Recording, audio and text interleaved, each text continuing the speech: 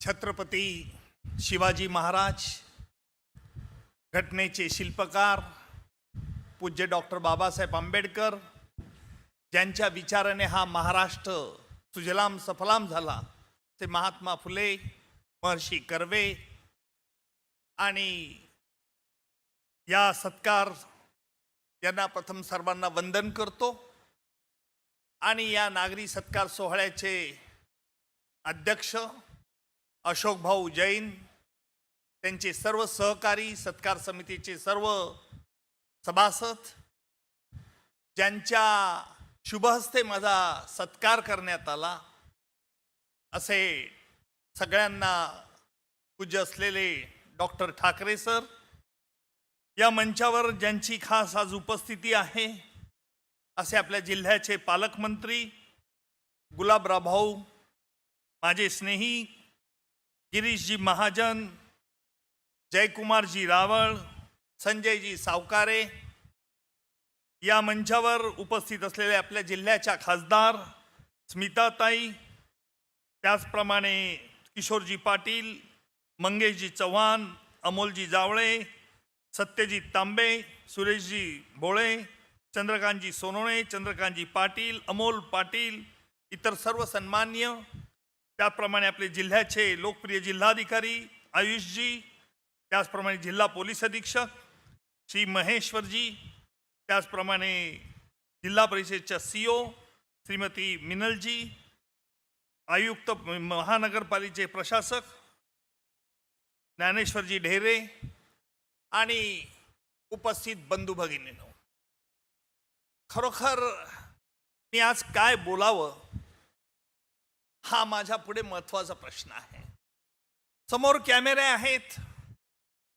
एक cross border terrorism हा एक शब्द प्रयोग मी जेमीन दहशतवाद्याच्या विरुद्ध लढत असतो, आणि त्यावेळेला आपला जिल्हा देखील एक पॉलिटिकल टेररिझम म्हणून ओळखला जातो, अशी बाहेर ज्या जिल्ह्याची ख्याती आहे।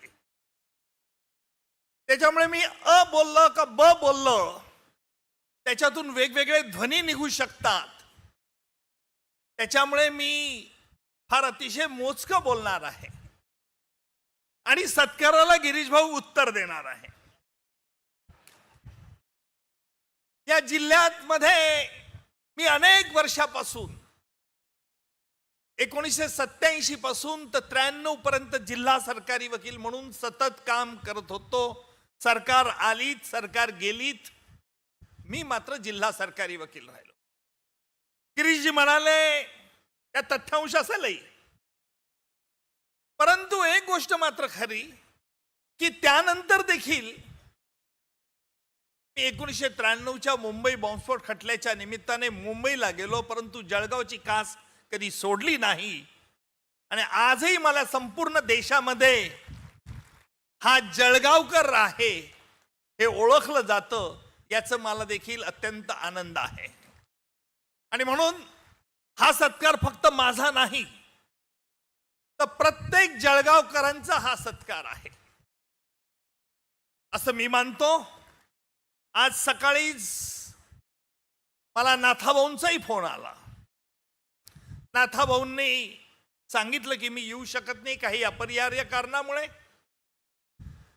रक्षाताई मला परवाच पार्लमेंटमध्ये भेटल्या, लोकसभेच्या त्या सभासद आहेत।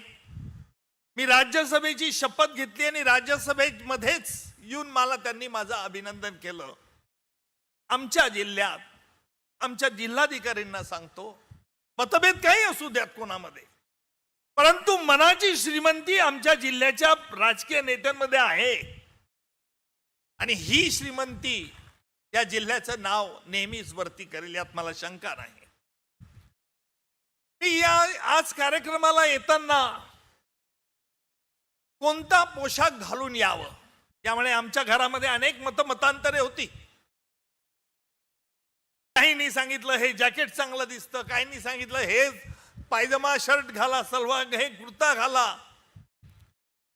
मी त्या प्रकारचा ड्रेस जर परिधान केला असता तर त्यातून आज माझ्याबद्दल जे भाष्य करण्यात आलं की उज्ज्वल निकम तुम्ही अमुक व्हाल तमुक व्हाल, त्याला आणखी निष्कारण फाटे फुटले असते आणि म्हणून मी मुद्दामून सूट घालून आलो. कारण मी माझं जे लाइकिंग आहे त्यापासून मी दूर जाणार नाही, ही सगळ्यांना ग्वाही देतो. खरं म्हणजे मला तो काळ आठवतो. वकील होण्याची माझी इच्छा नव्हती त्यावेळेला, मी अनेक वेळा हे सांगितलेलं आहे. परंतु वडिलांची इच्छा मी वकील व्हावं, कारण आमच्या काळी लग्नाच्या मार्केटमध्ये वकिलाचा भाव फार डाऊन होता. आज परिस्थिती वेगळी आहे. अनिकेतला 95% 12वीत मार्क्स मिळाले. त्याला विचारलं तुला काय व्हायचंय, तो मला म्हणाला वकील व्हायचं आहे. आणि त्यामुळे मी संतापाने कविता करू लागलो. ठाकरे सर, काही ना काही प्यायल्यावर, काही न बघितल्यावरती कविता सुचते. मला मात्र संतापाने कविता सुचत गेल्या. पत्नी बरोबर असल्यामुळे मी म्हणणार नाही, पण अशी कविता की माझ्या सगळ्या लॉ कॉलेजच्या मित्रांनी त्याला कायम दाद दिली. गुलाब भाऊ मोठ्या उत्सुकतेने बघतात, एक तरी कडवं म्हणा. म्हटलं जी डोळे लावून बघते ती असती दासी, जी डोळे चोरून बघते ती असते त्याची प्रेसी, जी डोळे फाडून बघते ती असते त्याची बायको. गुलाब भाऊची हिंमत नाही टाळ्या वाजवायची. लग्न झाल्यानंतर कवितेचा सूरही बदलला, नूरही बदलला. पत्नीने मला पहिला प्रश्न विचारला की न्यायालयात देवा शपथ म्हणजे काय. तुम्ही देवा शपथ जे साक्षीदाराला सांगतात, ओथ घ्यायला सांगतात, तेव्हा येणारा साक्षीदार खरं बोलतो की खोटं बोलतो. म्हटलं सांगू. म्हणे सांगा. पुनमेचा तो पूर्ण चंद्रमा ढगाळून जेव्हा बघतो, देवा शपथ खरं सांगतो, तुझाच चेहरा मजला दिसतो. पूर्ण कविता म्हणणार नाही, कारण पत्नीला आणखी स्फुरण जास्त येईल. तशी आमची पत्नी ज्योती ही शांत स्वभावाची, मध्य प्रदेशमध्ये धार मधली, एकत्र कुटुंबात राहिली. मोठे भाऊ शेतीवरती, वहिनी शेतीवरती असायच्या. त्यामुळे ज्योतीने आमच्या घराचा हा संसार सगळा व्यवस्थित सांभाळला. म्हणून मी 1993चा मुंबई बॉम्बस्फोट खटला 93 पासून तर 2013 पर्यंत हॉटेलमध्ये राहून चालवत होतो. याचा श्रेय मी उघडपणे माझ्या पत्नीला देईन. माझे वडील कैलासवासी बॅरिस्टर दादासाहेब निकम यांची मला आठवण येते. माझी आई विमला देवी, आईने मला लहानपणापासून या देशाच्या स्वातंत्र्याकरता पश्चिम महाराष्ट्रातल्या साताराच्या पत्री सरकारांमध्ये ती काय काम करत होती, रिव्हॉल्वर पिस्तूल कशा गाद्यांमध्ये भरत होती, ब्रिटिशांच्या विरुद्ध कसं लढत होती, हे लहानपणून गोष्टी सांगून माझी एक मानसिकता तयार झाली की या देशाचा शत्रू म्हणजे हा माझा शत्रू. ही बुद्धी मला माझ्या आईपासून मिळाली. कायद्याच्या भाषेत कसं इंटरप्रिट करायचं, कायदा कसा वाकवायचा, कोडिफाईड लॉजिक म्हणजे कायदा. कारण सिलॉजिझम इन लॉजिक म्हणजे काय, तर्कशास्त्राचं प्रमेय, हे माझे कायद्याचे अभ्यासक, माझे कायद्याचे गुरुजी ॲडव्होकेट अच्युतराव यात्रे यांना क्रेडिट जातं. मी मुद्दामून याचा उल्लेख करतो की आज जे काही मी झालो ते या सगळ्यांच्या शुभाशीर्वादामुळे मी घडलो. जळगावकरांचं माझ्यावरती नितांत प्रेम. इतके वर्ष जळगाव जिल्ह्यामध्ये जिल्हा सरकारी वकील होता. आमचे गिरीश भाऊ माझ्याजवळ अनेक गोष्टी सांगायचे, मी दाद द्यायचो. मी नेहमी गिरीश भाऊंना चॅनलमध्ये बघितल्यानंतर त्यांच्याशी भाष्य करायचो की गिरीश भाऊ तुम्ही हे चुकला, तुम्ही बरोबर आहे. ते माझ्याशी वाद घालायचे, पण आमच्या मैत्रीमध्ये कधी कटुता आली नाही. गुलाब भाऊंनी उदाहरण दिलं ते बरोबर आहे, कारण माझ्या अक्रॉस द पॉलिटिकल लीडरशी आजही संबंध आहे. कुठल्याही राजकीय पक्षाचा वरिष्ठ नेता घ्या की जो माझे मैत्रीशी संबंध ठेवतो. याला भीती किंवा घाबरण्याचं काही नाही, कारण सत्यम ब्रूयात प्रियम ब्रूयात न ब्रूयात सत्यम प्रियम, हे मी लहानपणापासून शिकलेलं आहे. आणि म्हणून ज्या वेळेला आपल्या मनाची मानसिकता, ज्या वेळेला आपली जडणघडण असते, मला कल्पना नव्हती की निवडणुकीत मी हरल्यानंतर अर्थात राजकारणात येण्याची त्यावेळेला इच्छा नव्हती, पण महाराष्ट्राचे मुख्यमंत्री देवेंद्रजी यांची खूप इच्छा होती की मी याच्या राजकारणात यावं, निवडणूक लढवावी. अमित भाईंची, गृहमंत्र्यांचा मला फोन, त्यांचा आग्रह, म्हणून अवघ्या 10 दिवस मला मिळाले. 10 ते 15 दिवस मला प्रचाराला मिळाले. निवडणुकीत मी हरलो. राजकारण कसं असतं बघा, की रावळसाहेब, मी मुद्दामून सांगेन, कसाब, मी जोपर्यंत राजकारणात नव्हतो तोपर्यंत कसाबच्या विरुद्ध लढणारा एक योद्धा म्हणून अशी माझी प्रतिमा होती. पण ज्यावेळेला निवडणुकीत उभं राहिलो त्यावेळेला काय आरोप केले गेले होते की कसाबच्या गोळीने करकरे, कामटे, साळसकर यांचा मृत्यू झाला नाही, तर एका संघाच्या, राष्ट्रीय संघाच्या इन्स्पेक्टरने त्यांना मारलं, उज्ज्वल निकम हे देशद्रोही आहेत. अर्थात अशा प्रकारचे आरोप केल्यामुळे संताप सगळ्या जनतेचा झाला आणि लोकांनी त्यांना फार तिखटपणे उत्तर दिलं. सुरुवातीच्या काळात मी थोडं दुःख वाटलं, वाईट वाटलं की असेही आरोप राजकारणात होऊ शकतात, परंतु मी व्यथित झालो नाही. माझ्या पराभवामुळे काही ना आनंद झाला. काव्याच्या भाषेत बोलायचं असेल तर जरी मी निवडणूक हरलो होतो तरी विझलो नव्हतो. जरी मी निवडणुकीत हरलो होतो तरी विझलो नव्हतो. हा माझा अंत नव्हता हे त्या बिचारांना कळलेच नाही. हा माझा अंत नव्हता हे त्या बिचारांना कळलेच नाही. पेटून उठलो नव्या उमेदीने, नव्या दमाने असुरांची लढायला, हे त्या पामरांना, कारण पेटून उठलो नव्या उमेदीने, नव्या दमाने त्या असुरांची लढायला,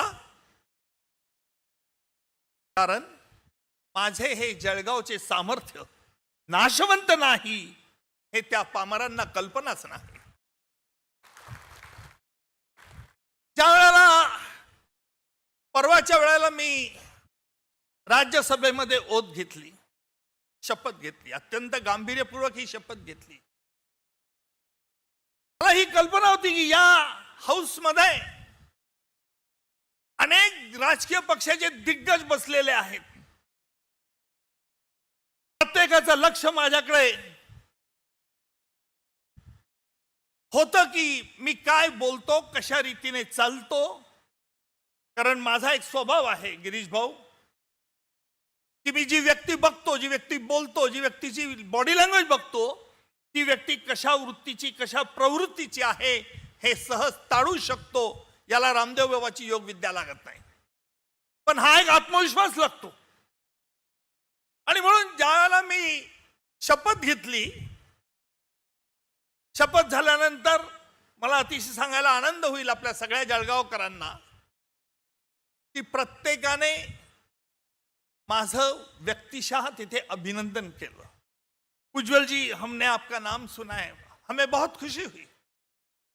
हे करत असताना मला माझ्यावरती असलेल्या जबाबदारीची पण जाणीव झाली.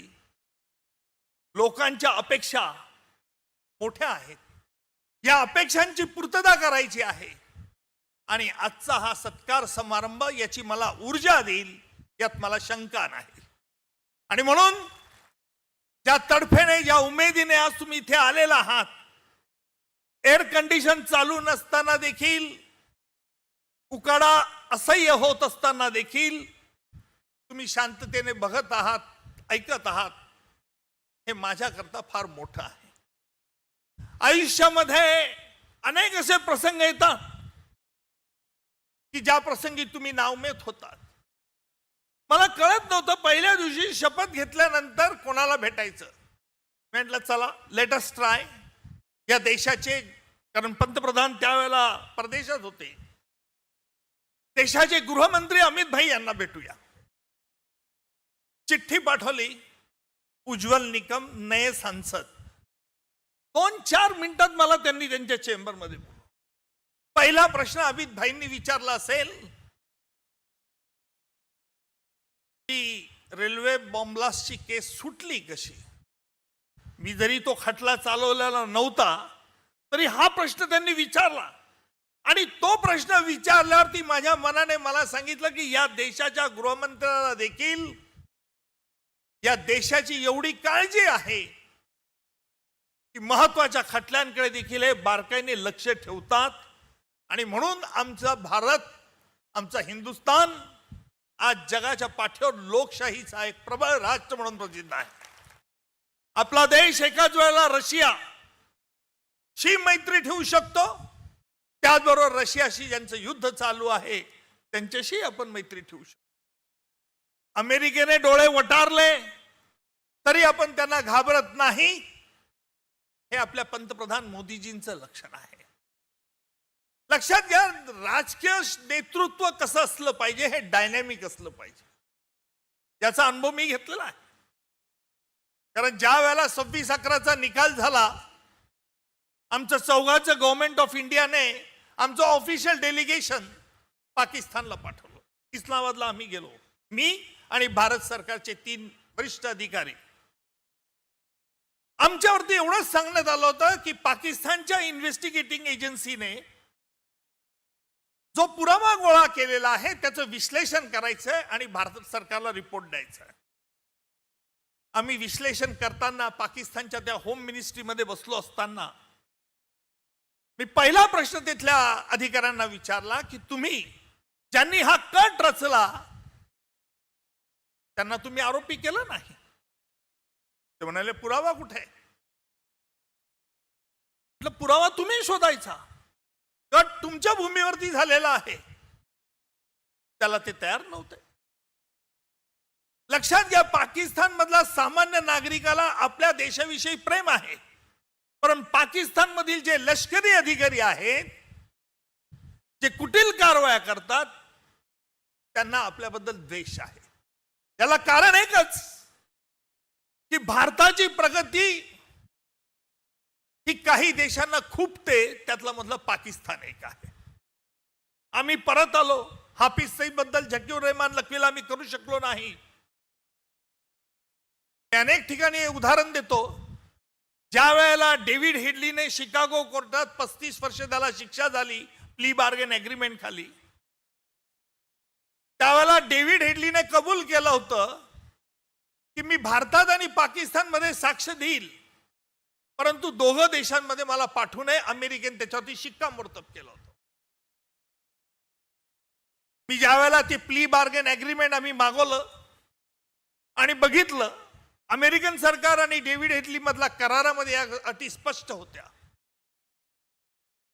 आणि त्यातून एक गोष्ट ध्वनित होत होती की पाकिस्तान विरुद्ध काय पुरावा आहे हे डेव्हिड हेडलीने स्पष्ट दिलेला होता.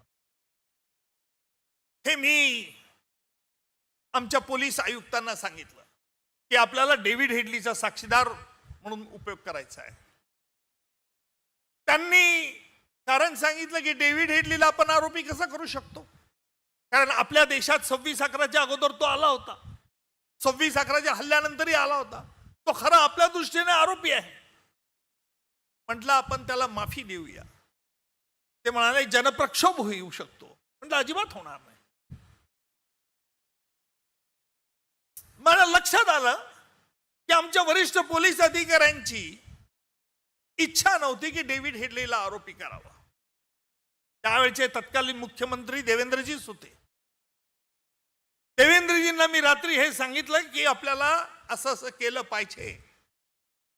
देवेंद्रजींनी विचारला एकच प्रश्न, यातून काय साध्य होईल आणि कसं करणार.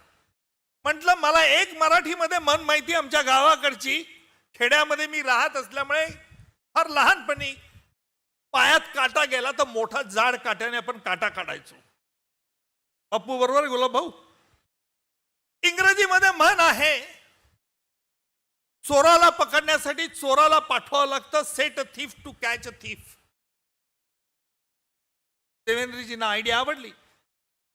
माझं काय सहकार्य हवं. म्हटलं आम्हाला अमेरिकेमध्ये अँबॅसेडरची अपॉइंटमेंट घालून द्या, NSA ची डोभाल साहेबांची भेट पाहिजे. त्याप्रमाणे त्यांनी अरेंजमेंट केली. मी अमेरिकेत गेलो, माझ्यावर जॉईंट सीपी अतुलचंद्र कुलकर्णी जे NIAचे डायरेक्टर होते, नंतर आम्ही दोघंही गेलो आणि त्याच्यानंतर डेव्हिड हेडलीचा पुरावा आम्ही घेतला आणि डेव्हिड हेडलीने लष्कर ए तोयबा, ज्याला जमात उद दावा असं म्हटलं जातं, त्याचं आणि पाकिस्तानच्या आर्मी अधिकाऱ्यांचं ISIच्या अधिकाऱ्यांचे कसे संबंध होते याचा ईमेल करेस्पॉन्डन्स जो शिकागो कोर्टात दिला होता तो आम्ही न्यायालयात प्रोड्यूस केला. ही सगळं सांगण्याचं तात्पर्य एवढंच, मुंबईच्या कोर्टात 8 दिवस त्याची साक्ष चालली. म्हणून ज्या वेळेला आपल्याला असे कायदेशीर निर्णय घ्यावे लागतात हे अत्यंत महत्वाचे, जाणीवपूर्वक राजकीय शक्ती ही देखील ही महत्वाची ठरते.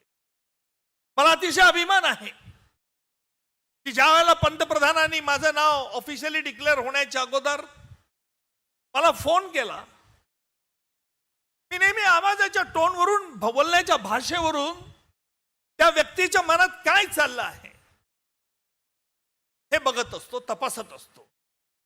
मी काही सायकोलॉजिस्ट नाही, पण अनेक क्रिमिनल केसेस चालवल्यामुळे तो एक माझा छंद झाला आहे.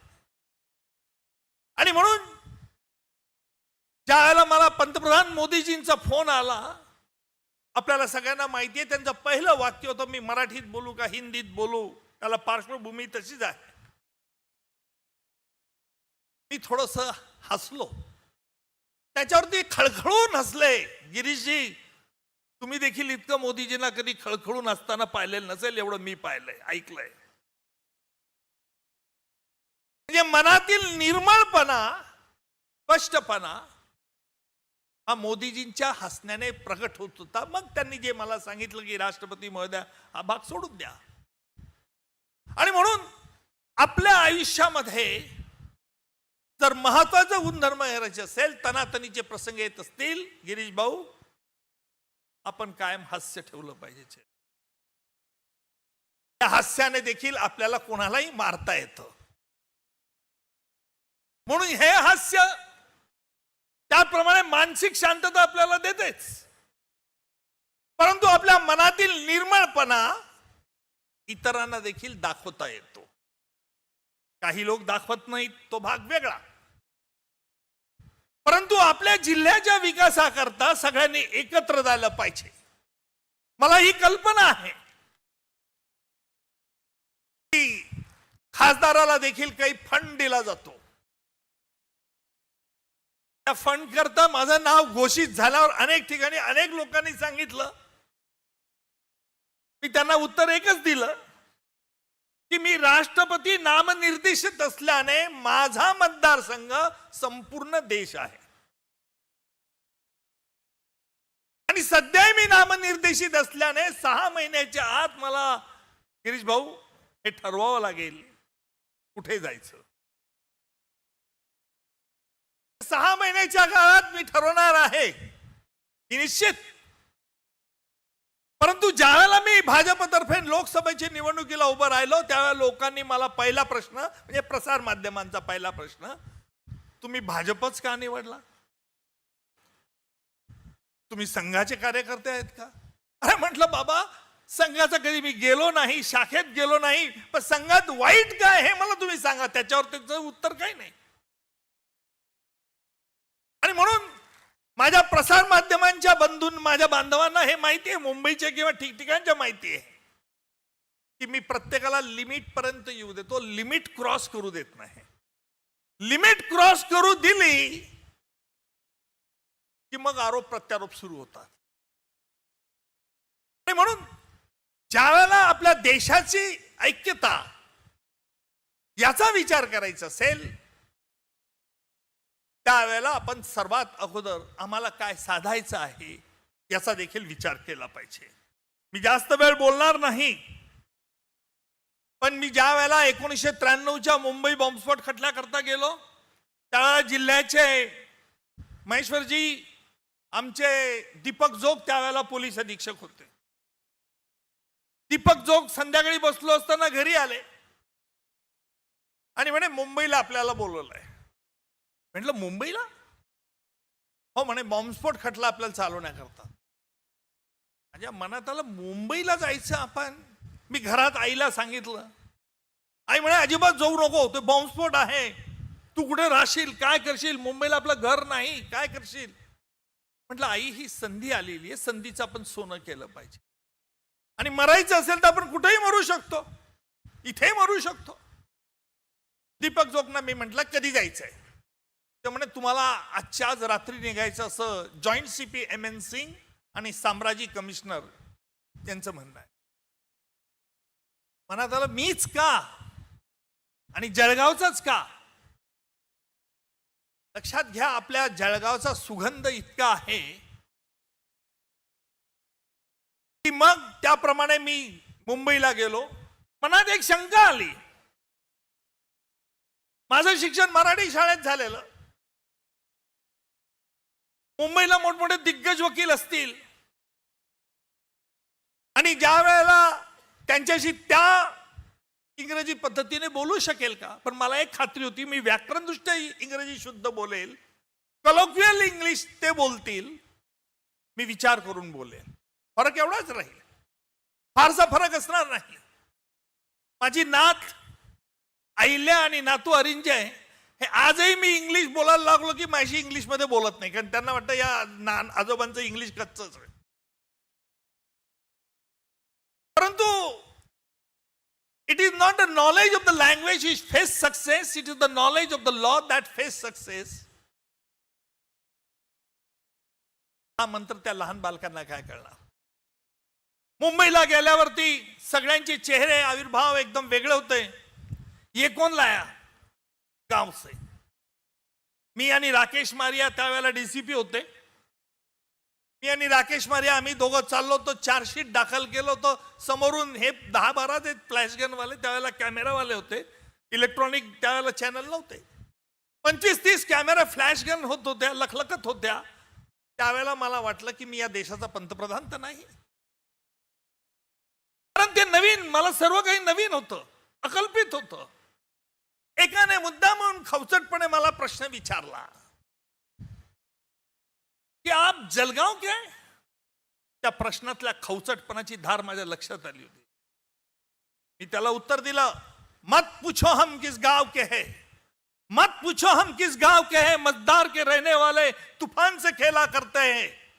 मत पूछो किस गांव के, मजदार के रहने वाले तूफान से खेला खेलते हैं. जब दर्द आलोब की शोले से दिल की छलनी होती है, मौत भी हमसे डरती है. हा वाढत गेला. माझ्या लक्षात आलं कोणाला कसं नियंत्रित करावं, कारण मी लॉजिक वरती विश्वास ठेवणार आहे. तर्कशास्त्र हे फार महत्वाचं असतं. न्यायालयात देखील तेच काम उपयोगी येत असतं. तर्कशास्त्राच्या प्रमेयामुळेच आपण काही अनुकरण अनुमान बांधू शकतो. आणि म्हणून त्या ज्या वेळेला असे काही कठीण प्रसंग आले, महाराष्ट्रातून अनेक विविध खटले चालवण्याविषयी मला सरकारतर्फे सांगण्यात आलं. मी गमतीने माझ्या मित्रांना म्हणत असे, मी महाराष्ट्र सरकारचं अँटीबायोटिक आहे. जिथे जिथे महाराष्ट्र सरकारला वाटेल की उपोषण किंवा एखाद्या खटल्याच्या निमित्ताने ती गंभीरता नष्ट होईल आणि उज्ज्वल निकमाची मागणी होईल, त्यावेळेला आपण उज्ज्वल निकमाला नेमून टाकू, असं हे सूत्र समीकरण तयार केलं होतं. आणि याला कारण म्हणजे तुमचं सगळ्यांचं माझ्यावरती असलेलं प्रेम. आणि म्हणून जाता जाता मी एवढंच सांगेल की या सत्कार समारंभाने मला निश्चित एक नवीन ऊर्जा, नवीन ताकद तर मिळाली आहेच. माझा रोल, दोन्ही रोल असतील.